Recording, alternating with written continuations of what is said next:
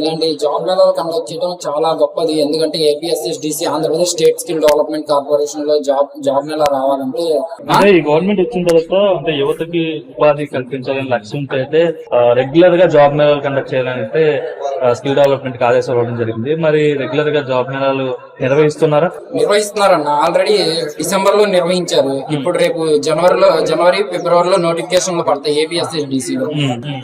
రానున్న 2027 కల్లా 20 లక్షల జాబ్ మేళ 20 లక్షల ఉద్యోగాలు ఇవ్వాలన్న ఉద్దేశంతోనే నారా లోకేష్ గారు నారా చంద్రబాబు నాయుడు గారు చేపట్టిన మహోన్నతమైన కార్యక్రమం చాలా గొప్పగా విజయవంతంగా నడుస్తుంది.